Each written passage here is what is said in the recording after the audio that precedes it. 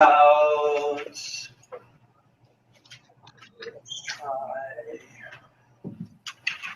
one.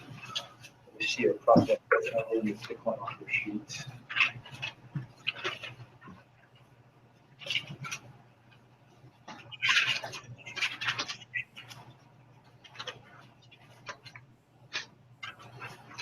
Oh, that's it right there. That's the first one. They may have their multiplication one. That's the multiplication one. Okay. So how about 3 4 steps 2/3?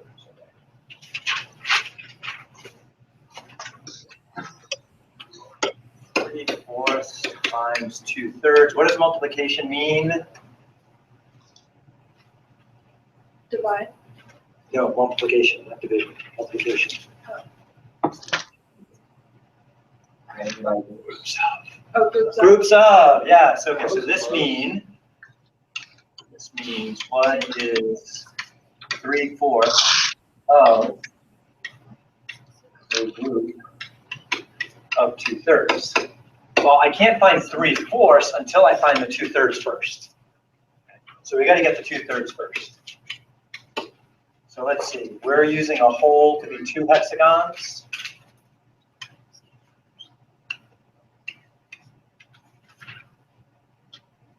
And 2/3 is going to look something.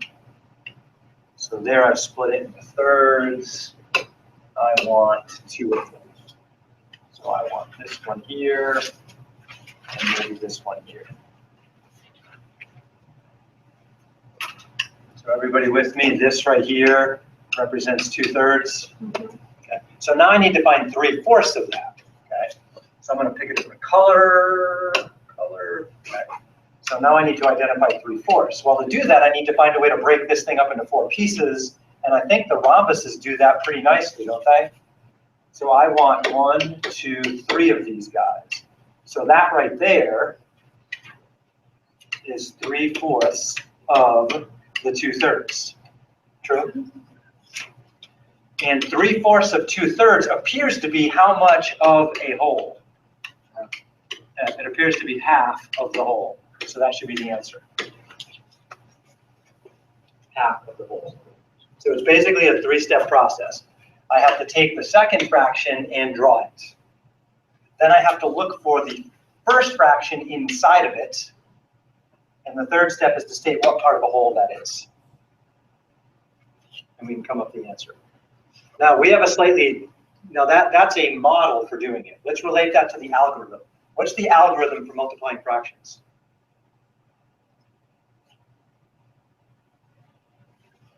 How do you multiply fractions?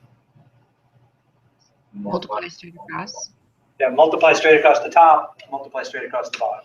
So according to that algorithm, 3 times 2 is 6, over 4 times 3 is 12.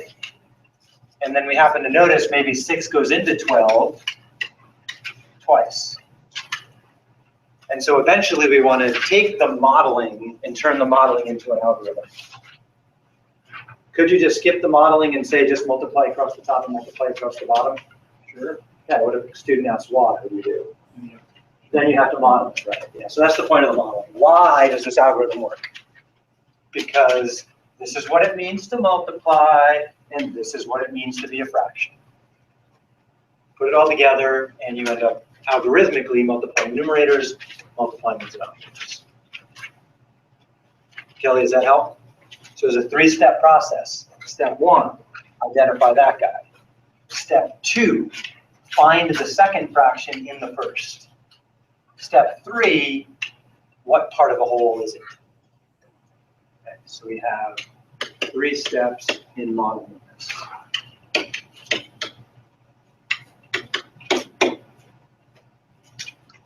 Some are easier than others. These toys, by the way, only work well with certain fractions. If I tried trying to do something like with these toys, demonstrate 1/5 times 2/7, can't do it. These toys aren't built for that. I'd have to use another head toy for that. Question?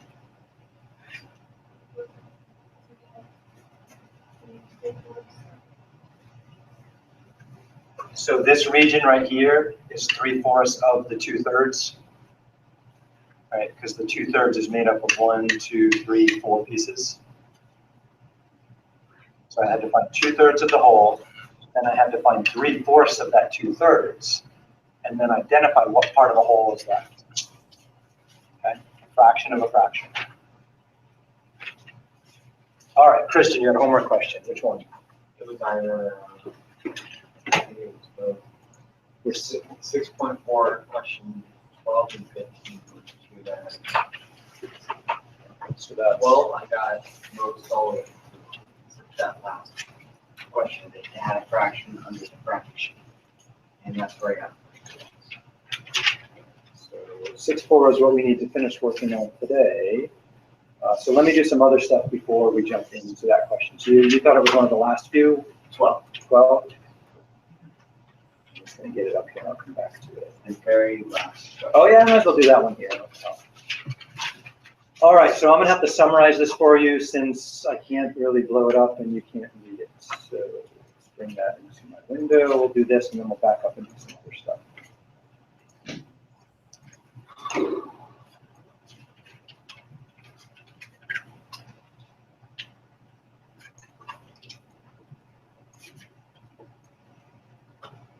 So I have to bring this into pieces, excuse that. Move off right here.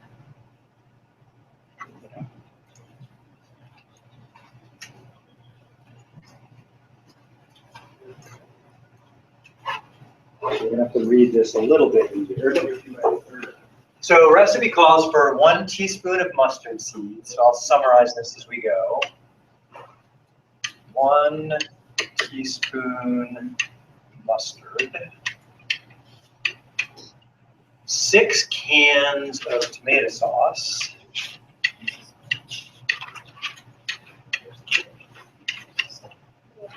4.5 tablespoons, capital T is a tablespoon, right? Yes.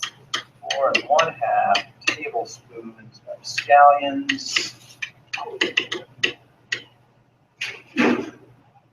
8.25 cups of beans. 8.25 cups. The way that the first 3 questions seem very easy, when we got into the second round. Yeah. Instead of it saying if 4 tablespoons of scallions are used, it said if 1 tablespoon of scallions. Yes, so we can do that. So the first question, so we want to keep ingredients proportional. So they ask if 5 cups of tomatoes are used, what else do we need? And so color our cans, it must be, right? Did I read that wrong? 5 cans. Or can, oh, C is, sorry, I said cans. It's probably cups, isn't it? C? Yeah, probably. I don't know about cans. Actually, I was thinking I have cans of tomatoes at home. Let's throw in a whole can. Let's go with that. Cups.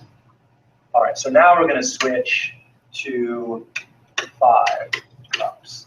And so basically what we're doing with this guy right here is we're creating a ratio. And we want then to use that ratio to make a proportion. And a proportion just means 2 equal fractions. Okay? So a couple ways I could say this is 6 is to 5 as, and then pick any of the other ingredients. So for example, I could do mustard seeds next. Now let's do one that's more interesting. Scallions looks more exciting. As 4.5 is to what? So that's the verbal way I could state it. I could also say 6 is to 5 as 4.5 is to what? Very little way to kind of do it. Now, whenever I write down fractions of things, I like to write what I'm talking about. So, and there's always different ways to organize it. Here, I'm talking about tomatoes, right? And here, I'm talking about scallions. the numerator here is my original recipe, and the denominator is my new mix-up on that recipe. Because I want to make sure I'm putting everything in the right spot. Tomatoes go with tomatoes, original goes with original, new goes with new. And so I can always turn a ratio into a proportion if I have 3 pieces of information to do so. And so every part of this could be related like that. And so here, does anybody remember procedure for solving proportions? There's 2 ways to do it. The most common way people do is to cross multiply and then divide. So I would take 5 times 4.5, 6 times x.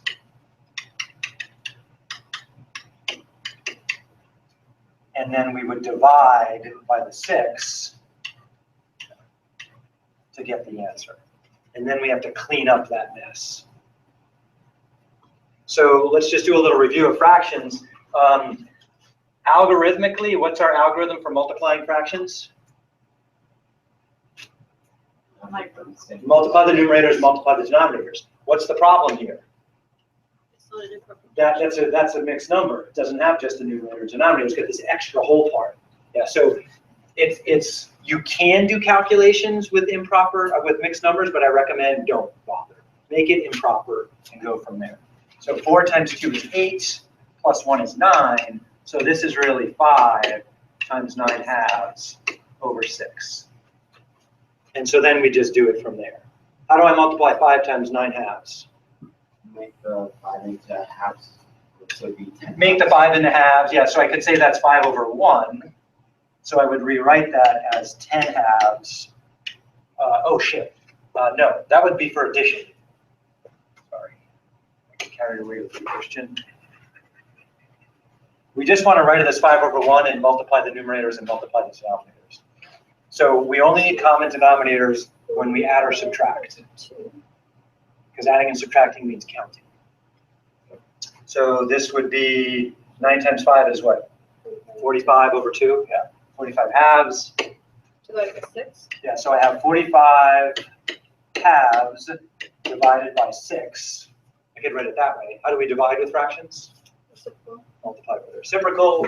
So that becomes 45 halves times 1 over 6. 1 over 6.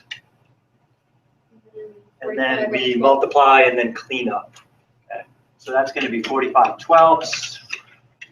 And it happens that 3 goes into top and bottom.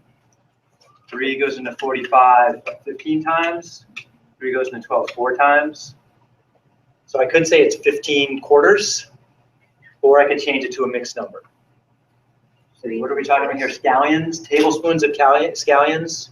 Let's see, is there usually a quarter of a tablespoon? Yes. Yeah, there's half. Yeah, but you're not going to want to do it 15 times. Yeah, no, you're not going to do the 15. So it might make sense to turn this back into a mixed number. So 4 goes into 15, what, 3 times? 3 and 3. With 3 left over out of 4. Yeah, so 3 1/4 tablespoons of scallions if we want to be exactly the same as before. Now, alternatively, we could have typed all that into our calculator, but here's a big caution about the calculator. How would you type 1/2 into the 4.5 into the calculator? 0.5. We could do it 4.5. Are young kids going to know off the top of their head that 1/2 is the same as 0.5? Some will, some won't, right? What if it was 1/3? How many kids do you think know 1/3 is 0.333333? How many of you guys remember that on a regular basis? Sometimes, maybe. Yeah, so mixed numbers are very dangerous, even on calculators. So how could I possibly type this into a calculator? We should use calculators. They are very important. Let's whip out a calculator and do that. Let's see. Google is a wonderful calculator. Load this up. So let's see. Anybody remember the rule about entering fraction type stuff on a calculator? Use parentheses. If the numerator or denominator is complicated, put in parentheses. Do we have a complicated numerator here? Yeah, we should put in parentheses. Okay, so to start that fraction, I would type in a parenthesis to start the numerator. Oops, wrong spot. Parenthesis to start the numerator. I threw it up there anyway. Okay, and it's up at the top now. Oh. Okay, so then I'm gonna take 5 times what? 4.5, right? Okay, 4.5. Did I say that right? 4.5. What does and mean? Add, it means add, right? So I'm taking 5 and I'm multiplying by 4 and 1/2. Okay, there's a problem with what I just typed. What's really getting multiplied the way I typed it? 5 by 4. Yeah, the 5 by the 4. What do I really want to multiply the 5 by? 4. The 4.5. So what else do I need here? I need more parentheses, yeah. So I have to put the 4.5 in parentheses. So Can you see why mixed number or improper fraction is a better way to go? So if you're typing in here, could you get rid of the multiplication symbol, or you can just do 5 parentheses, would it still recognize that? Some calculators are okay with that and some freak out about it. It depends on the calculator. I'm going to leave it for now and then I'll try without. Okay, so I wrote the 4.5. I got to close my numerator and then I can divide. What was my denominator? 6. That's simple. I don't need to put that in parentheses, so I type 6. I hit enter, and Google says the answer is 3.75. Sorry, you can't see that. Let's fix the screen. 3.75. Or 3. Like 3 3/4, which is the way we did it, right, with fractions. What happens if I try to ditch that multiplication? Google could handle it. It did it okay. Will every calculator handle that okay? No. Some calculators won't automatically take something by a parenthesis and call it multiplication. Most will, but you don't know till you try. So in any classroom using calculators, you got to experiment and make sure the calculator does what you wanted it to. And it just takes practice. Would it handle if you took off those 2 outer parentheses? If I tried to get rid of the outer parentheses, oh, that's a good question. Let's check. And Google says I didn't need the outer parentheses. Ooh, why is that? Well, let's explore that on paper for a second. So on paper, I took the 5 times parentheses the 4 and the 1/2, and then I divided by 6, right? Okay. So ignoring the multiplication for a moment, division is a fraction, isn't it? So I could say this part right here is 4.5 over 6 times 5. How do you multiply with fractions? Well, we would put that as 5 over 1, multiply across, multiply across. So that's kind of the reason why parentheses didn't matter in that case with the whole numerator. But safety, put them in there. The hardest thing is figuring out where to close the parenthesis on time. That's important. So it turns out we didn't need the extra set of parentheses, but I was being safe. Question about what I wrote there? No, I just Double checking it. You see what I'm doing? wondering if you left out. Oh, if I left out what? I have multiplication symbol. That. If I left that off right there, if I wrote it as 5 parentheses 4 and 1/2 divided by 6. That's what it had. Yeah, so it just depends on the human being or the calculator. Will it interpret that as a multiplication? And most humans and most calculators will. Some won't. Just kind of depends. All right. So Christian, would that help you answer the rest of them? I believe it should. Okay. And so the key to things like, where we go? This right here is whenever we're moving to another recipe, we're setting up ratios. Okay. And the way I like to do mine, and everybody's a little bit different. It would be more efficient to make a table. I kind of am making a table, really, but I could just keep adding columns to it. Scallions, and then I could do mustard seeds along the side of it, and I can just kind of keep extending it. All of them are going to be cross-multiplied with that guy right there. That's my factor that keeps things in line if I want to be consistent. But the bottom line is, the way I've designed it here, my original information has to go on the top, my new information has to go on the bottom. My key fraction is tomatoes, they have to line up, and then after that I can put anything next. I can go with scallions or mustard seeds or whatever other ingredient I have. So for example, if I switch to one of those other ingredients, it would look slightly different, but slightly the same. Let's use beans instead.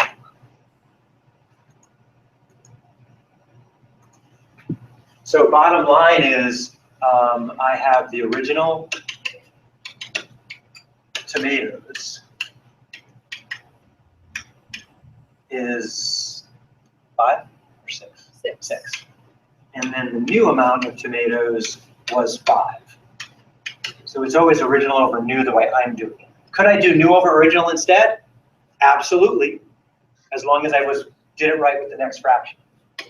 So we're gonna do beans next, and beans is what, 8.5 cups? 8 1/4. 8 1/4 cups. So then for beans, I'm gonna say originally there were 8 1/4. Now I need to figure out what the missing number is. A lot of people, when they write these down, like to start with what's missing, and they are missing the new amount of beans. If I put new in the top, then original would have to go in the bottom. That would be the 8 1/4. And then we're comparing that with the only thing we know for sure, which is tomatoes. And so over here for tomatoes, well, how would the order of the numbers be?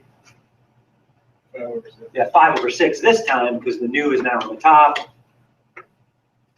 One benefit of writing it this way, to solve it, all I have to do is multiply the 8 1/4 up to the other side, and then I have my missing number.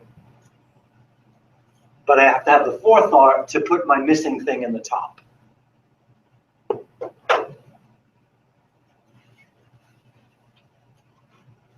And so then I can clean that up and solve it, and I'll get a number. The harder part is setting it up and solving. And any of them can be done that way. It doesn't matter which one we're doing. So give those another try. Okay, we only have 10 minutes left. Darn it. I had a fun activity to do. What was it? Let's do it, because you guys have been sitting here and you're all slumping in your chairs. Minerva looks like she's had it with me.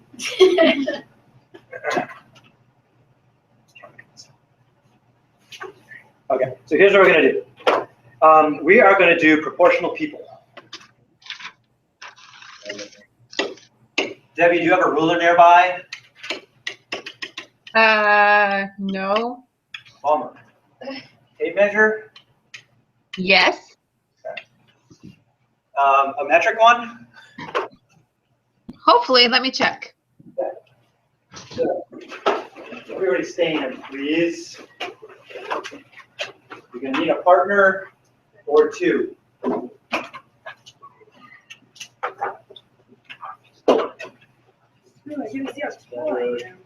So get in a group of 2 or 3 people, and here's what you need to do.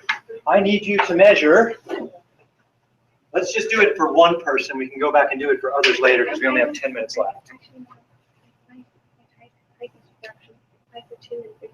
Oh no, hang on. So here's the clue. We're going to do proportional people in metric.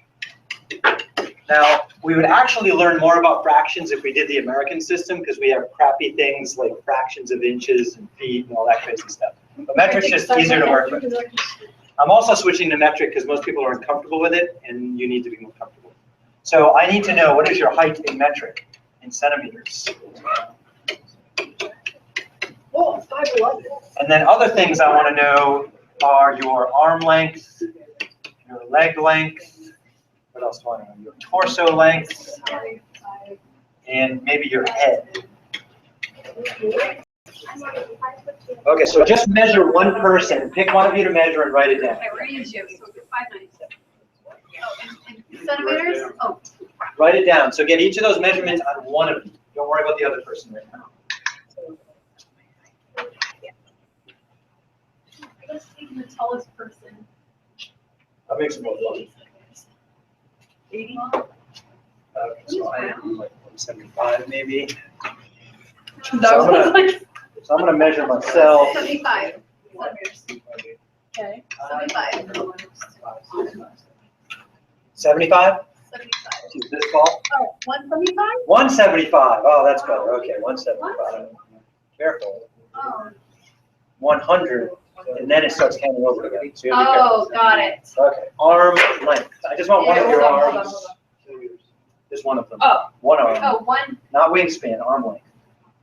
So Well, my wingspan should be 175. I'm 70. It's pretty close, yeah. So I'm about 70 wingspan or arm.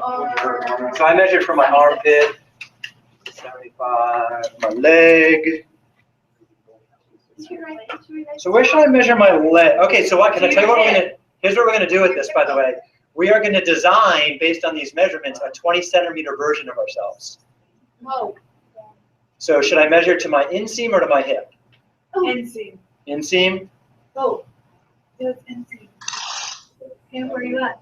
Okay, so my inseam looks like it's about 75. Interesting. Yeah, I have way longer. Torso, what's torso anyway? I always wonder, is that like waist, To shoulder. waist to the top of your shoulders to Is your that what neck? it is? Of course, I was just this part. Now we just use this part. Yeah, so I think the torso is like if you chop off somebody's arms, legs, and head, that's what's left. Sorry. Upper cavity. So I don't I'm watch gonna too go- much Dexter lately, so. Oh, somebody told me that was good. Yeah. Okay. Mine will be about 60 centimeters, and then my head. Kelly, can you help me measure my head? So about, where's the top of my head? How many centimeters?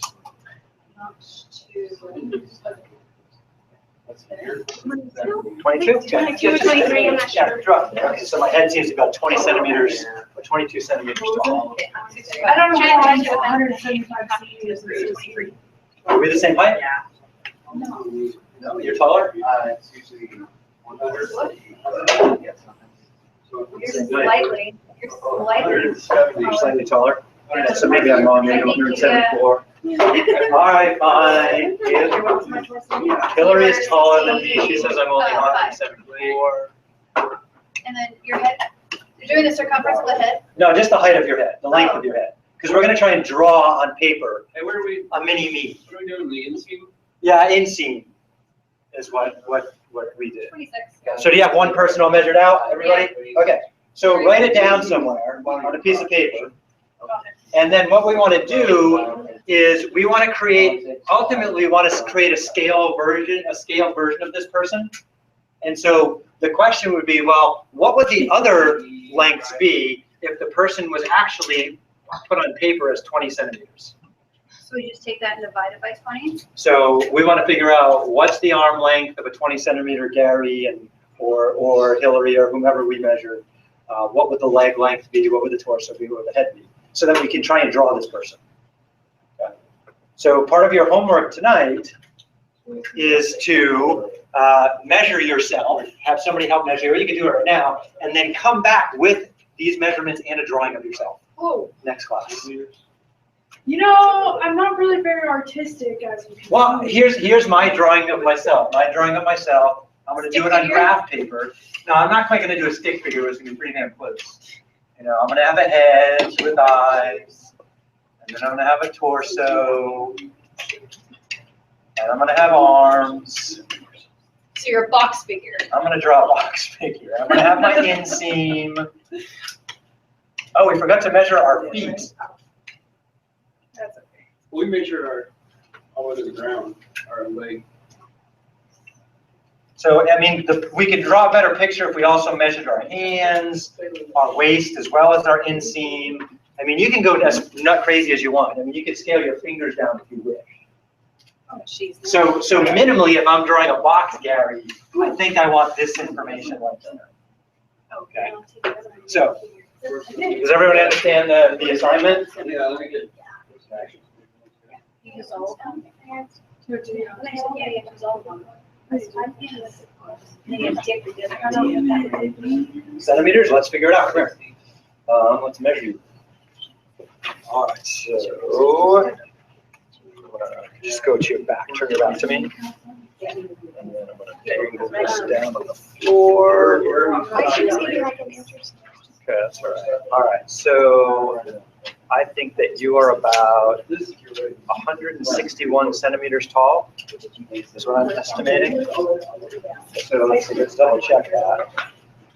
So if we turned 161 centimeters to like 8 inches, Google says you would be 5.28 feet tall. If we do it in inches. Okay, so we're doing another. The height of the grade. You would be 63 and like a half-ish. What did you say, 62, 3/4? Yeah, so your shoes probably accommodate for a difference there. But we're getting about the same. So you're probably 160 centimeters tall without shoes? Yeah. Yeah. So by the next class, I want you to make a mini me.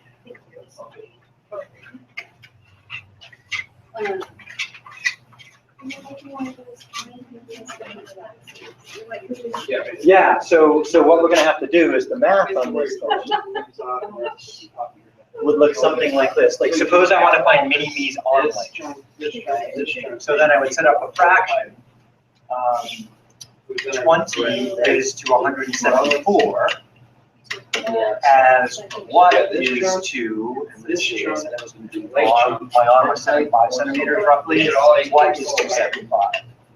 And so this is for arm versus height. And the only difference for you would be instead of 174, you're going to have 160. And then we need to measure your arm.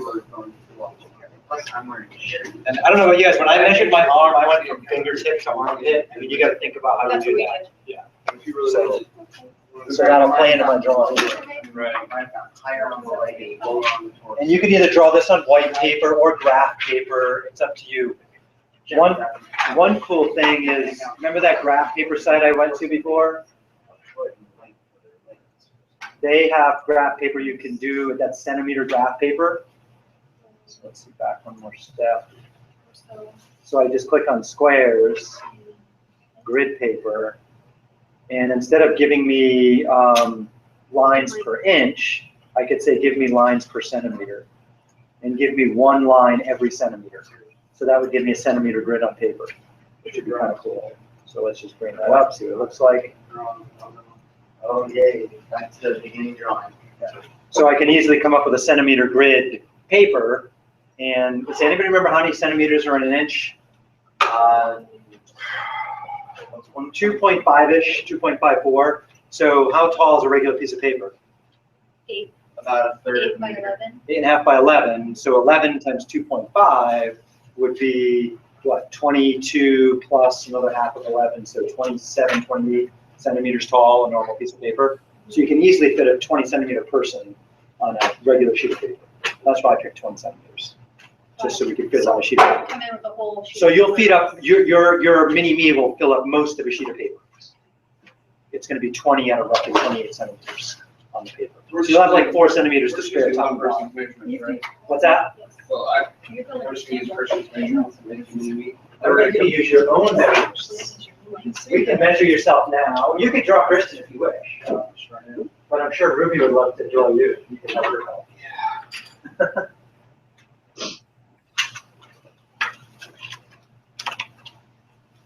And crayons, colored pencils, markers, you can decorate yourself.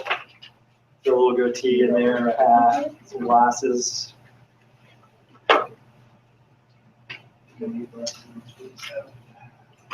What's that? And my new one's on the 27th. I got new glasses last year, and it was a sign that I'm getting old because I got my first pair of bifocals. I was pretty excited, I to tell already you. paid you already have those. You really? Yes. Oh my. I got mine last year. Okay. It happens. Well, I guess can- what? I don't have glasses. Oh, yeah. All right, so that's it for today. Have fun with your mini-me. Clean up any project stuff. The homework password, if anyone needs it, is fun with fractions. I think what we'll do on Monday is we'll do some review, and that won't take the whole class. So I'll probably end up starting some decimal stuff, and we'll have the exam on Wednesday next week. I'll give you a chance to ask questions. There's a practice test in the doc sharing section that you can go play around with. Take home portion out. Oh, take-home portion, yeah. This by Saturday. Let me make a note to myself to do that. So that's much more. What day is today? Wednesday. Wednesday. Okay, Wednesday. I'm gonna put a note on my calendar to have that sent out by tomorrow. So that you'll have a lot of week to do it. Perfect. What's today, the 20th? I need you to measure my pace. Okay.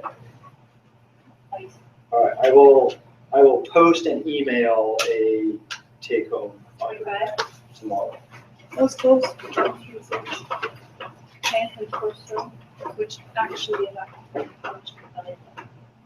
Is it already shipping? Yeah, we're done. Have a good day, week, weekend, all that fun stuff. Be safe, 46. good. So you have really what we're supposed to have. Here. Okay, so now my leg. Let's see, I'm gonna. It's gonna be 25. see what I wanna do. Come on, Do buddy. you have any questions out there, Here we Debbie? go. I was just curious if you had graded any of my homework. I just wanted to make sure I was on the right track before we tested. I will I will write comments on your, the stuff you emailed me and email it back to you tomorrow. Okay. Okay? And then your online homework is going okay? Okay. All right, good. So yeah, I'll get your activities back to you tomorrow and then we can see if there's any questions from there. All right, sounds good. Thank you. All right, and there's a recording I'll put in the Math Fest playlist from earlier today. I'll get that in there in a few minutes. All right, sounds good. All right. All right, Thank have a good day. Bye-bye. Bye. Yeah, wait.